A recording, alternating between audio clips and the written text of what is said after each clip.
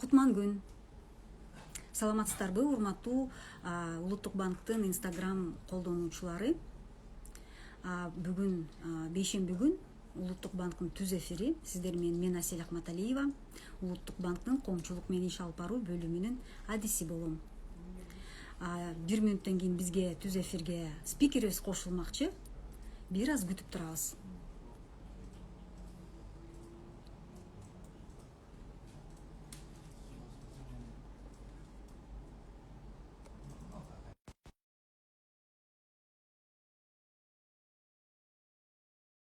Жатасыздар, мени кандай көрүнүп жатат?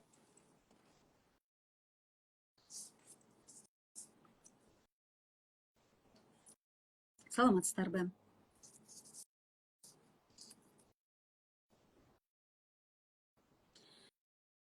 Белгилеп кетсем, бүгүн биз анонсто берилгендей санарип сом тууралуу сөз кылмакчыбыз.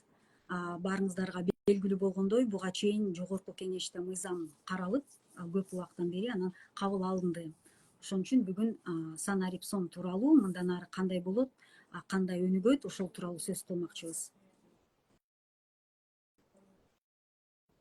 Биринчи биздин эфирибиз салт болуп калгандай жарымы кыргыз тилинде 15 мүнөт кыргыз тилинде сүйлөшөбүз. Андан кийин түз эфирди расмий орус тилинде улантабыз.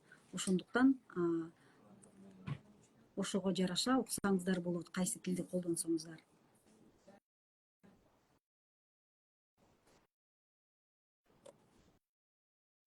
Жакшы угулуп жатат.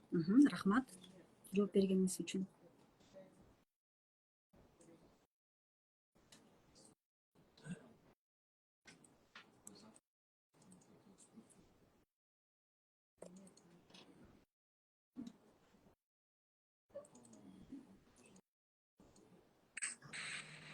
Саламатсыздарбы? Саламатсыздарбы? Кутман күн. Бүгүн биз болсо ушу санарип сом тууралуу сүйлөшмөкчүбүз. Санарип сом тууралуу мыйзам кабыл алынды. Эми алдыда бизди эмне күтөт? Бул жана башка суроолорубузга бизге Айгүл Бакисариева жооп бермекчи, Улуттук банктын санарип сом долбоордук тобунун жетекчиси. Саламатсызбы, Айгүл айым? Саламатсыңарбы? Асель. Ошол биринчи суроо анда ушундай. Жакында эле жогорку кеңеш санарип сом боюнча мыйзам долбоорун 3 окууда тең карап чыгып, 3-чү окууда мыйзамды жактырды. Эми мындан ары бизди эмне күтөт? Ошол тууралуу токтолуп кетсеңиз. Рахмат сурооңуздарга. Ошо 20-мартта ошо санарип сомдун укуктук статусун бекитүү боюнча жогорку кеңеште ошо мыйзамды 3-чү окууда бекитилген. Бул мыйзам биринчиден ошо укуктук статусун расмий колдонуучу акчаны санарип түрүн бекитет. Ошондой эле ушул санарип валютанын Улуттук банк гана чыгарат. Ошо эрежелердин баары киргизилген. Бул мыйзамды киргизүү үчүн ошо 7 мыйзамга, Кыргыз Республикасынын 7 мыйзамга өзгөртүүлөр киргизилген. Биринчиден бул жанагы конституциялык мыйзамыбызга Улуттук банк жөнүндө. Бул жакта ал мыйзамда ошо Улуттук банк гана ошо улуттук валютанын санарип түрүндө акчаны чыгаруу боюнча мүмкүнчүлүктөрүн киргизилген. Ошондой эле кодекстерге, жарандык кодексине, бюджеттик кодекстерге, укуктук бузуулар тууралуу кодексине, ошондой эле төлөм системасы жөнүндө мыйзамына, банктар жана банк иши жөнүндө мыйзамдарына өзгөртүүлөр киргизилген. Эми биринчиден бул эми мыйзам долбоору санарип сомду чыгаруу, колдонуу жана сактоо тартибин аныктайт. Ошондой эле мамлекеттик органдардан баштап банктар жана жөнөкөй жарандарга чейин ар бир катышуучунун ролу бекитилген. Мындан тышкары санарип акча колдонгон жарандардын укуктарын коргоо боюнча жоболор да каралган.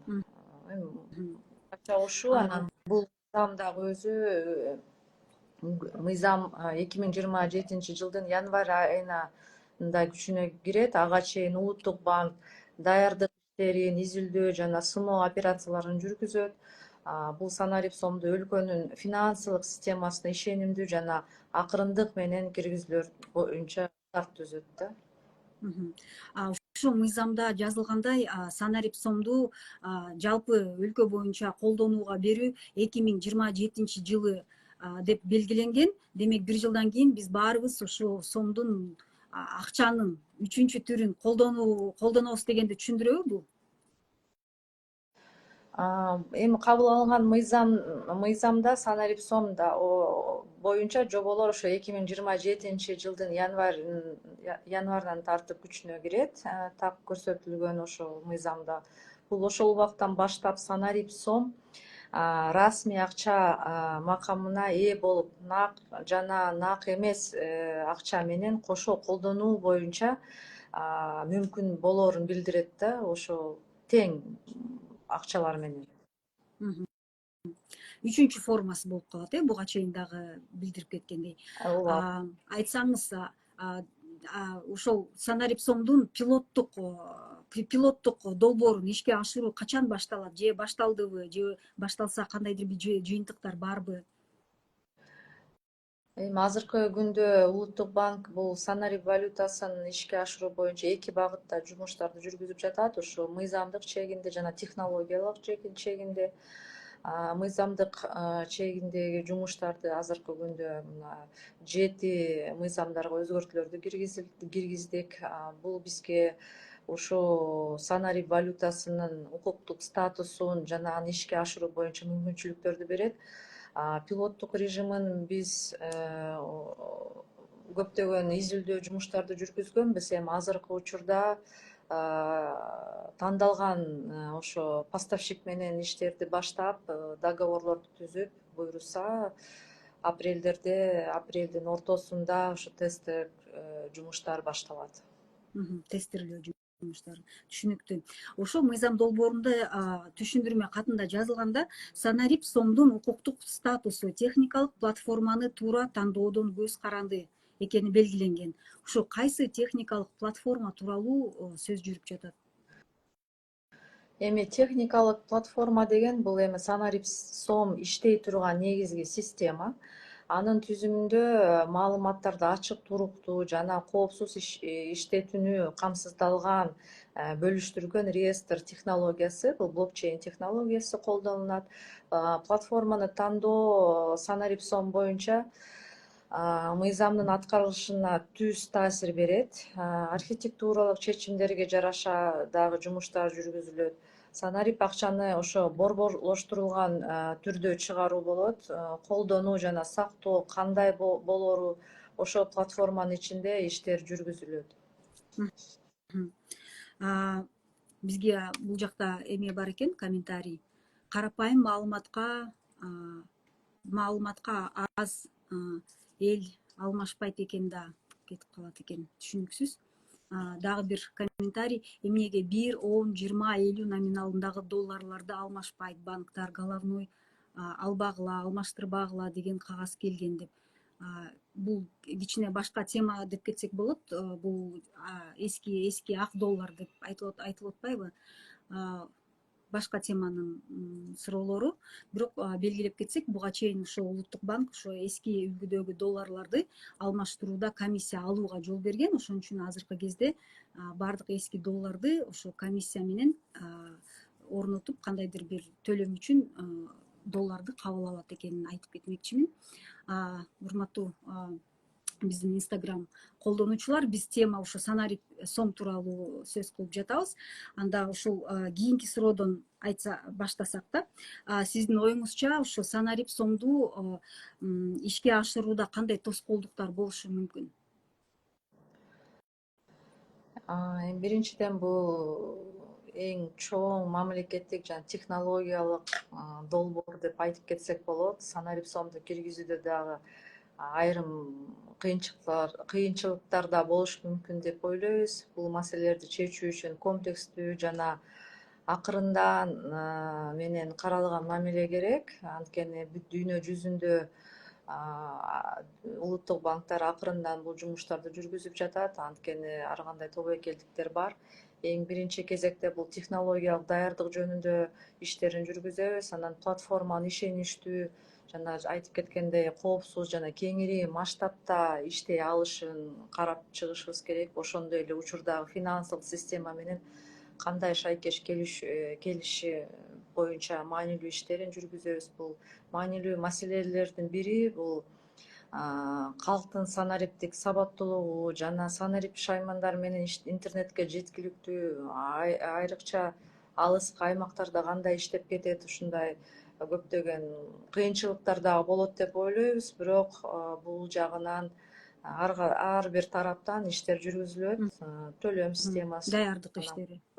жагынан, сапаттуулук жагынан дагы. Анан бул эми тест режиминде жүргүзсөк, анан ошондо билинет да. Бирок биз деле көрүп атабыз, изилдөө жанагы иштерин жүргүзүлгөндө ар бир технология тестерлерин өткөргөндө кайрадан тесттерди өткөрүп анан ошо коопсуздугун жагын дагы карап чыгыш керек да.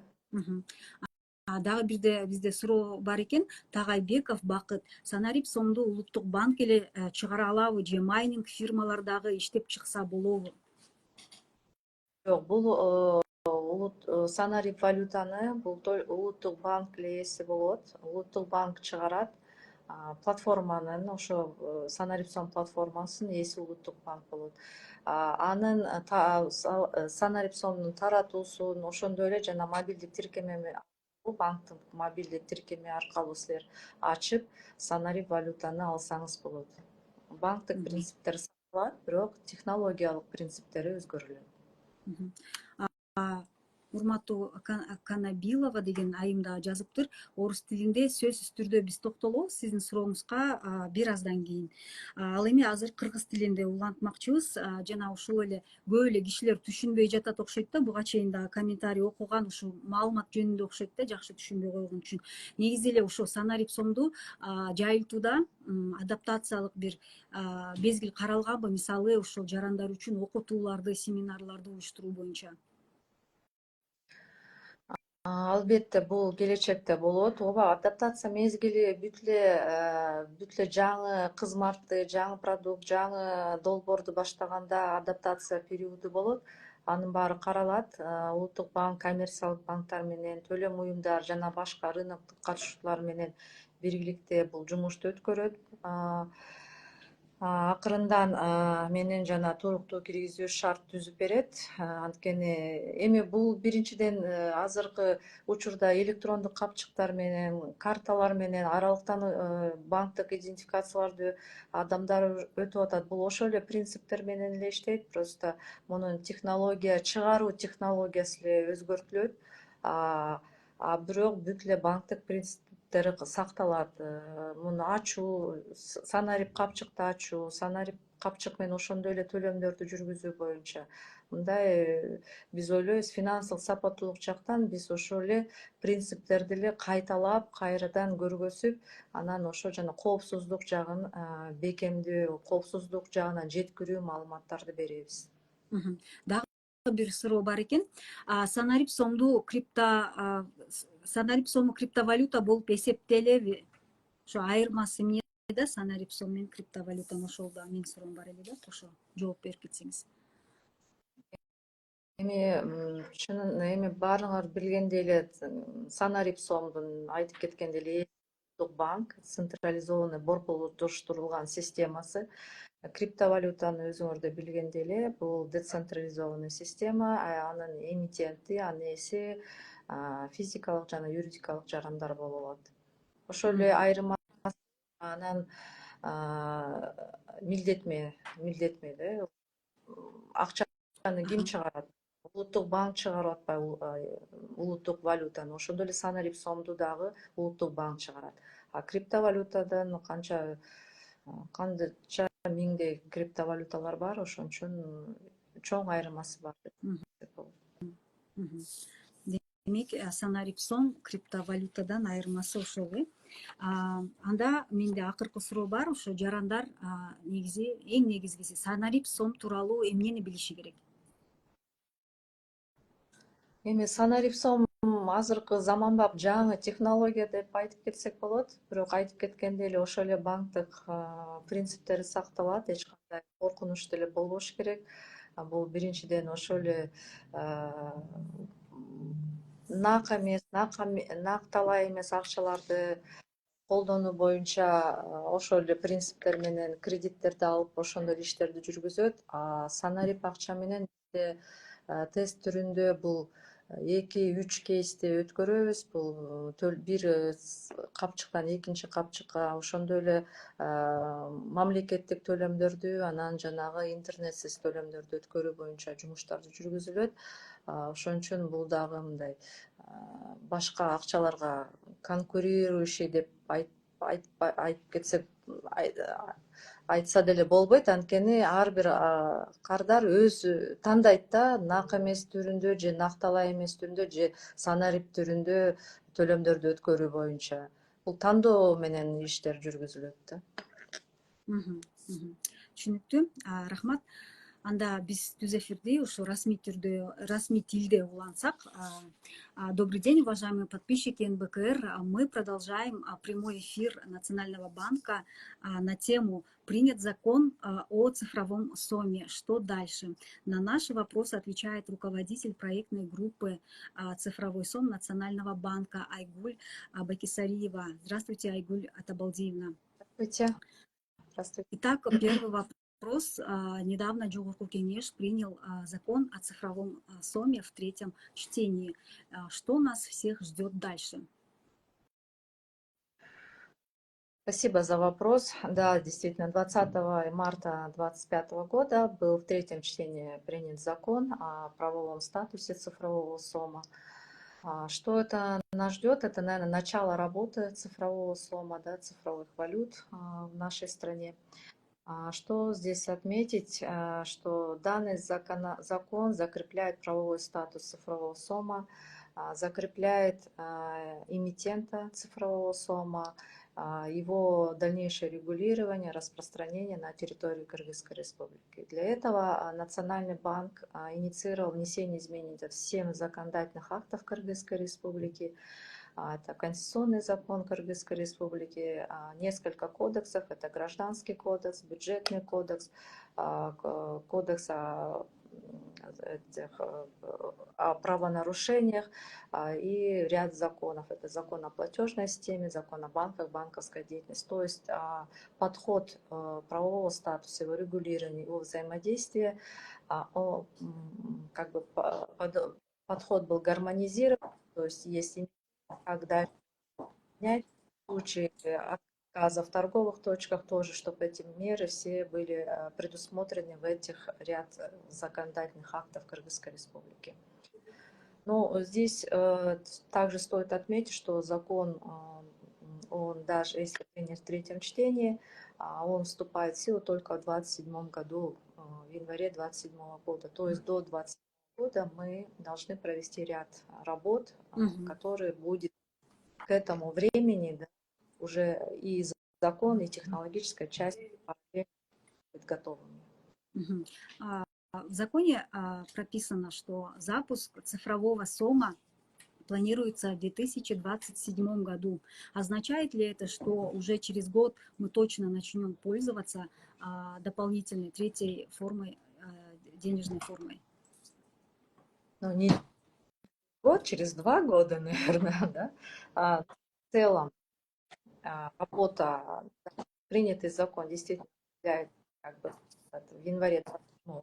Как я отметила, до 2027 года будут тестовые пилотные работы.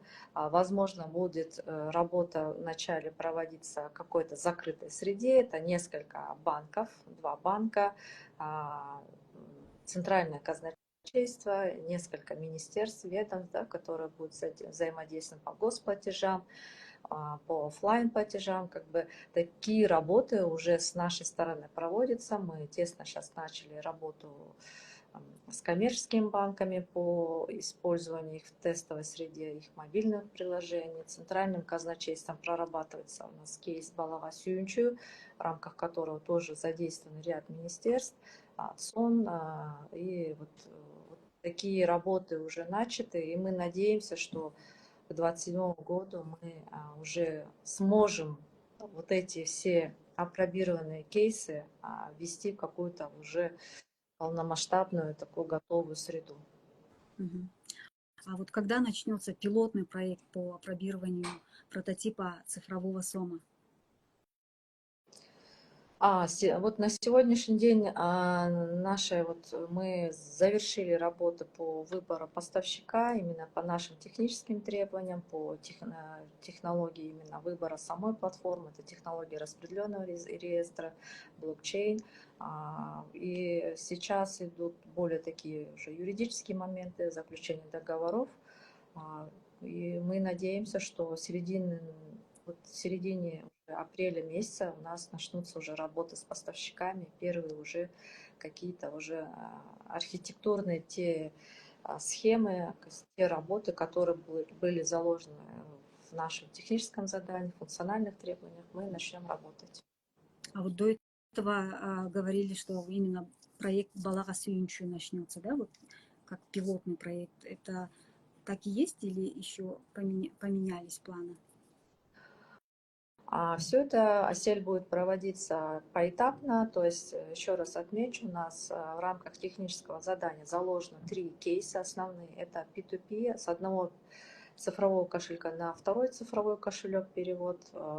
Второй кейс – это социальный платеж, именно с госорганами, с центральным казначейством, это Балага Сүйүнчү, это не отменяется. У нас для этого была создана соответствующая межведомственная рабочая группа.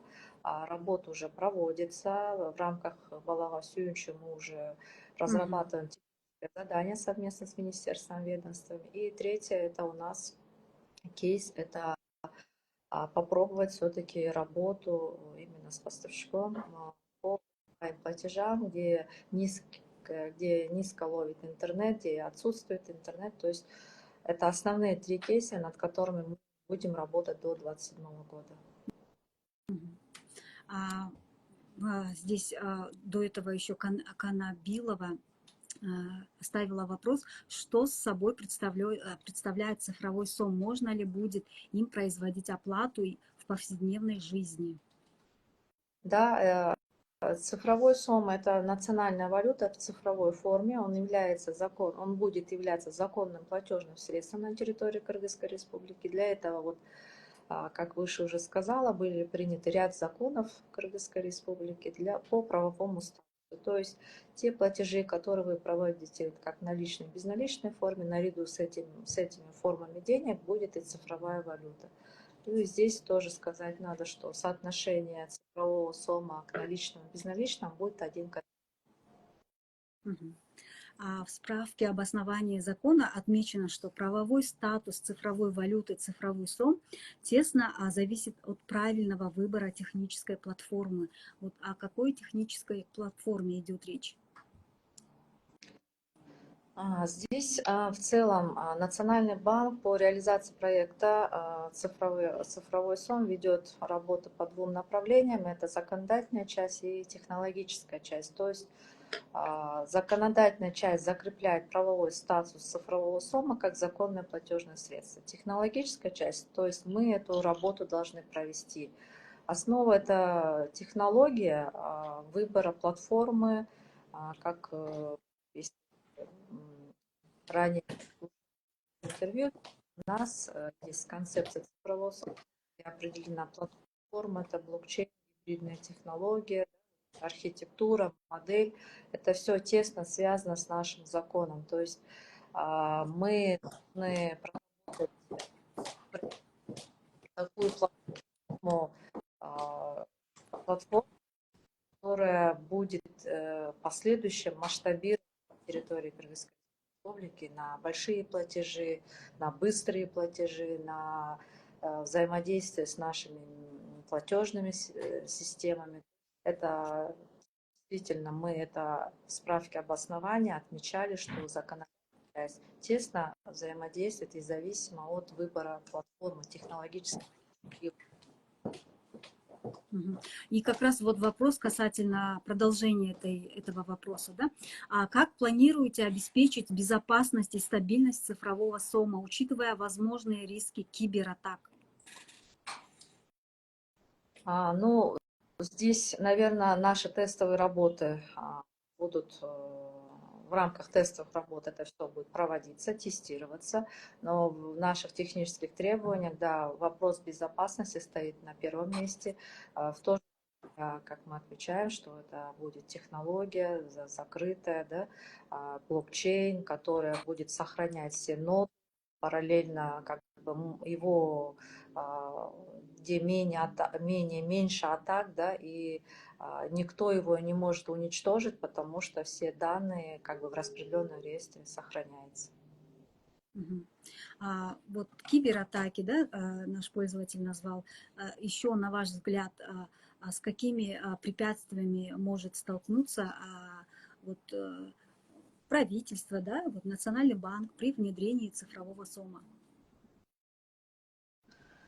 Ну, здесь, во-первых, надо отметить, что 130 стран мира работают над своей цифровой валютой Центрального банка, да, и нету уже такого готового какое-то решения, готовой платформы, чтобы можно было бы взять и его адаптировать под свою систему. Каждая страна подходит к своему решению, Мгм. выбор платформы очень индивидуально. Здесь, да, есть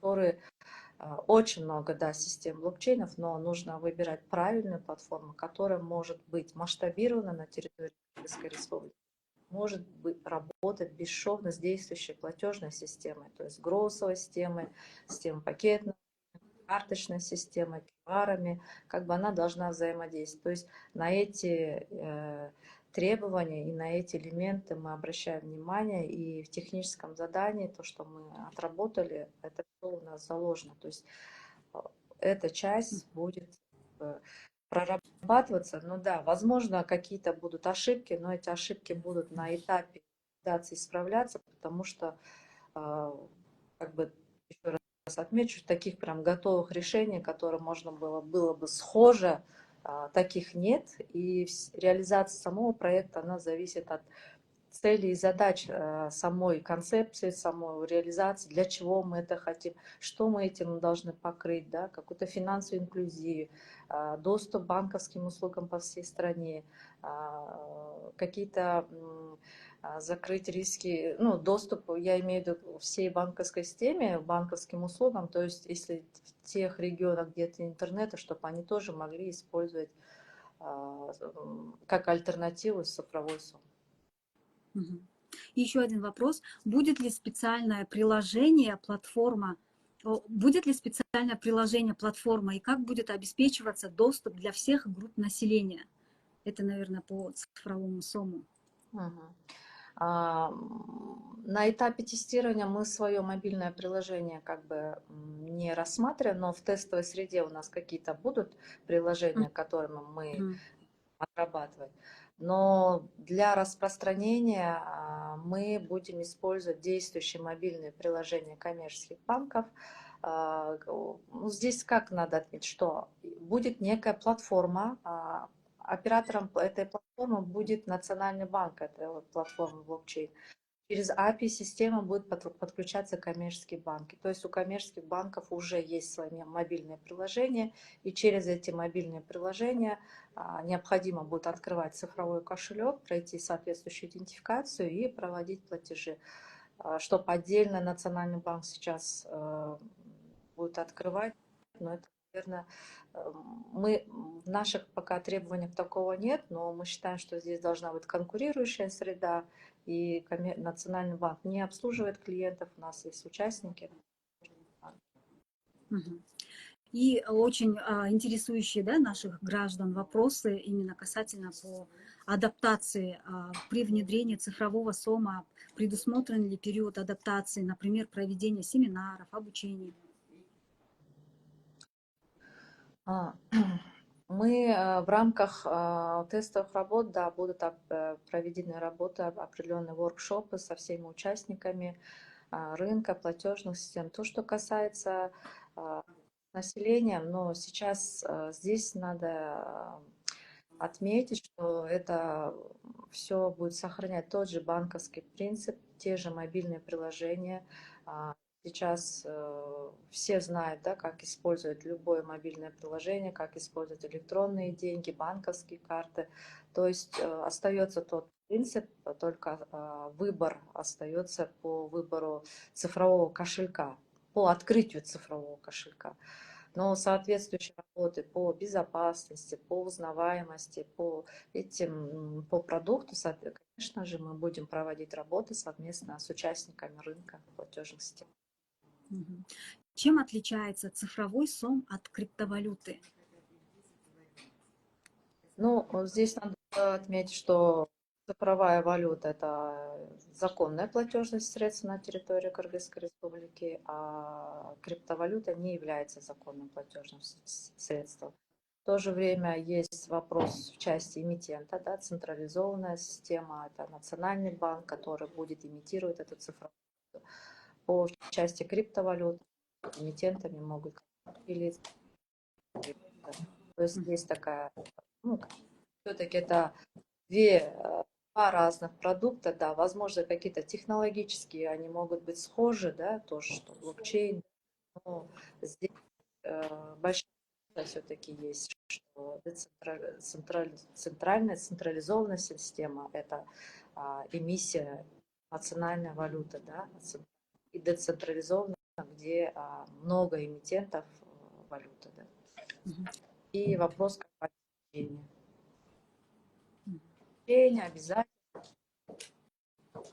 И у меня последний вопрос. Что должен знать рядовой гражданин о цифровом соме? Самое главное.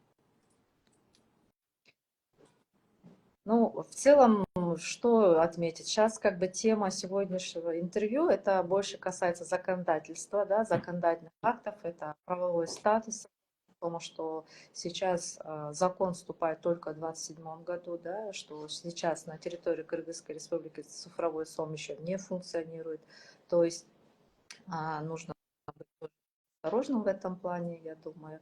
А гражданам знать то, что цифровая валюта будет, мы над этим работаем, и как бы в перспективе она тоже будет выбор за клиентом, за потребителем, что удобно, цифровой сом, либо безналичные расчеты, электронные деньги, это как бы будет только выбор за потребителем. Здесь как бы такого, что только все должны цифровой валютой, такой цели мы не преследуем. Это третья форма национальной валюты, третья форма денег, да, наверное, так правильно сказать, наряду с наличными, безналичными деньгами, формами расчета. Как бы то, что мы должны знать любой гражданин, и вот как бы работа проводится со стороны Национального банка, тестовые пилотные работы будут проводиться в каком-то в ограниченном среде, да, будут вовлекаться определенные граждане, нам нужно оценивать это удобство, возможности, как и, ну, что можно исправлять, что нужно дополнить, как бы в перспективе, да, в рамках тестовых работ будут привлекаться определенные граждане для тестовых работ. Айгуль Табалдиевна, мы вас благодарим за то, что вы поделились информацией о ходе реализации цифрового сома, а также ответили на наши и на вопросы подписчиков. Вот. Ну, на этом мы прощаемся, уважаемые наши подписчики. Мы обязательно сохраним это видео. Подписывайтесь на наши социальные страницы.